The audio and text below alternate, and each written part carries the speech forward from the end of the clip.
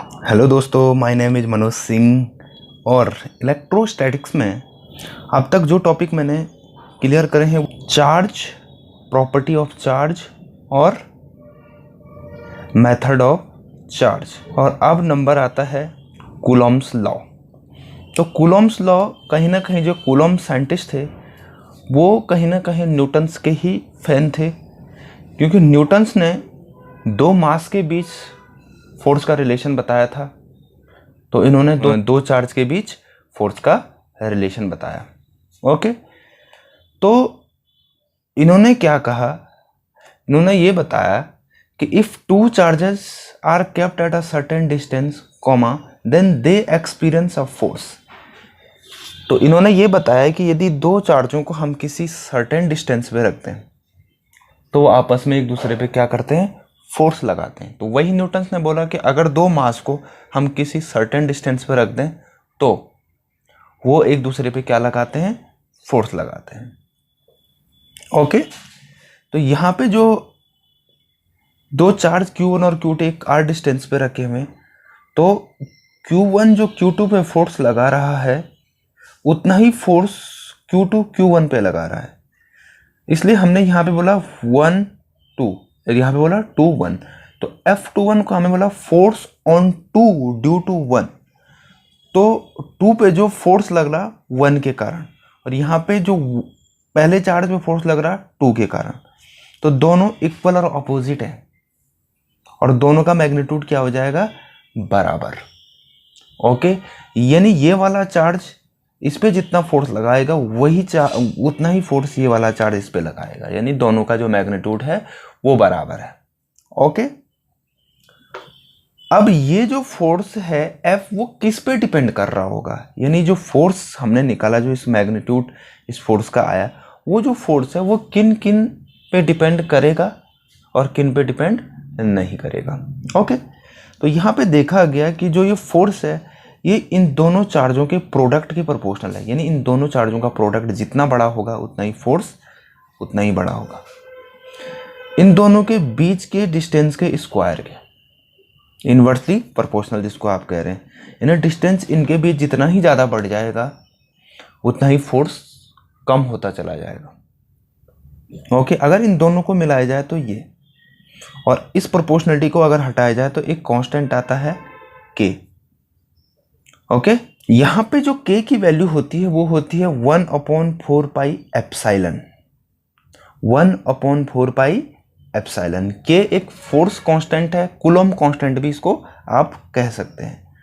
Epsilon की जो value है वो क्या है, epsilon equal to epsilon R into epsilon naught. यहाँ पे एप्सिलॉन क्या है, permittivity of medium.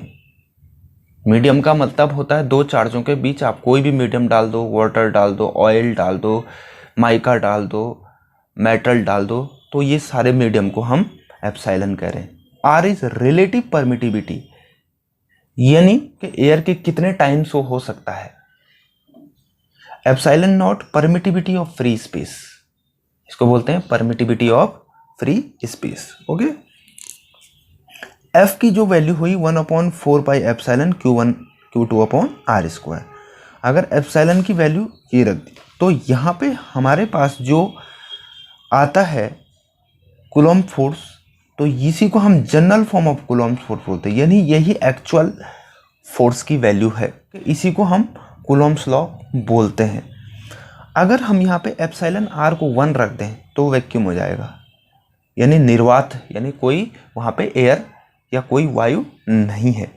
Epsilon R की वैल्यू अगर 1.08 हो जाती तो एयर है। यहाँ पे एप्सिलॉन R की वैल्यू 5 है तो इंसुलेटर है। ऐसे वाटर रख सकते हैं ग्लास, तो उनकी सबकी वैल्यू एप्सिलॉन R अलग अलग होगी। ओके, तो यहाँ पे जो एप्सिलॉन R की वैल्यू 1 और 1.08 लगभग 1 ही आप इसको कह सकते हैं, तो 1/4 pi epsilon not Q1 Q2 upon R square. तो कूलॉम्स लॉ फॉर एयर और वैक्यूम, तो ज़्यादातर लोग इसी को कूलॉम्स लॉ पढ़ते हैं, लेकिन ये कूलॉम्स लॉ नहीं है। कूलॉम्स लॉ ये है, असली कूलॉम्स लॉ है। ये सिर्फ किसके लिए है कूलॉम्स लॉ है, एयर और वैक्यूम के लिए कह सकते हैं। यहाँ पे 1/4 पाई एप्सिलॉन नॉट की वैल्यू 9 × 10⁻⁹ न्यूटन मीटर स्क्वायर पर कूलॉम स्क्वायर निकाली गई। उसमें एप्सिलॉन नॉट की जो वैल्यू है वो है 8.85 इंटू 10⁻⁻12 कूलम स्क्वायर पर न्यूटन मीटर स्क्वायर। ओके, अब कूलम्स लॉ के कुछ इंपॉर्टेंट पॉइंट और लिमिटेशन देख लेते हैं। ओके, तो कूलम्स लॉ का जो दो फोर्स की वैल्यू है वो तो बराबर होती है, यानी दोनों का एफ नेट 0 होगा। और एफ नेट को आप न्यूटन के सेकंड लॉ से क्या लिख सकते हैं, dp/dt, यानी रेट चेंज ऑफ मोमेंटम, यानी मोमेंटम क्या हो जाता है, कांस्टेंट, यानी फाइनल और इनिशियल बराबर। इस लॉ को आप एक्शन रिएक्शन पेयर भी बोल सकते हैं, जैसे न्यूटन का थर्ड लॉ था, यानी एक बॉडी दूसरी बॉडी पे जितना फोर्स लगाएगी उतनी दूसरी बॉडी पहले बॉडी पे लगाएगी। Force between two charges is independent of the presence और absence of the other charges but net force increase. अब हुआ क्या, Q1 और Q2 के बीच मान लीजिए जितना फोर्स है, पहले मान लीजिए अगर उन दोनों के बगल पे एक तीसरा चार्ज लिया है तो क्या इन दोनों के बीच का फोर्स चेंज होगा? तो कहा गया एब्सेंस और प्रेजेंस होने से कोई फर्क नहीं पड़ता, यानी तीसरा चार्ज ले आओ, चौथा चार्ज ले आओ, पांचवा चार्ज ले आओ, इन दोनों के बीच का फोर्स वही रहेगा जो पहले था, लेकिन टोटल नेट फोर्स बढ़ जाएगा। तो एफ नेट इक्वल टू क्या लिखा, F12 F23 F13, यानी इन सब का समीशन हो जाएगा। ओके, नेक्स्ट पॉइंट देख लेते हैं। Direction of force is always along the line joining the two charges, यानी जो डायरेक्शन ऑफ फोर्स होगी वो इन्हीं के लाइन जॉइनिंग के अलोंग होगी, और इसी को हम क्या बोलेंगे, सेंट्रल फोर्स और या electrostatic force.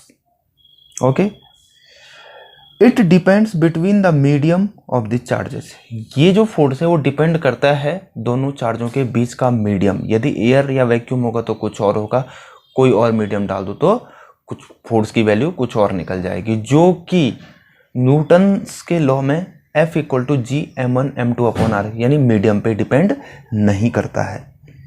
Okay, the minimum force between the two charges, जो मिनिमम फोर्स दो चार्ज के बीच हो सकता है वो कितना हो सकता है, यानी Q1 Q2 का अगर इलेक्ट्रॉन की वैल्यू रख दें और R1 को 1 सेंटीमीटर 1 मीटर रख दो तो आपका ये बन जाता है K × A²।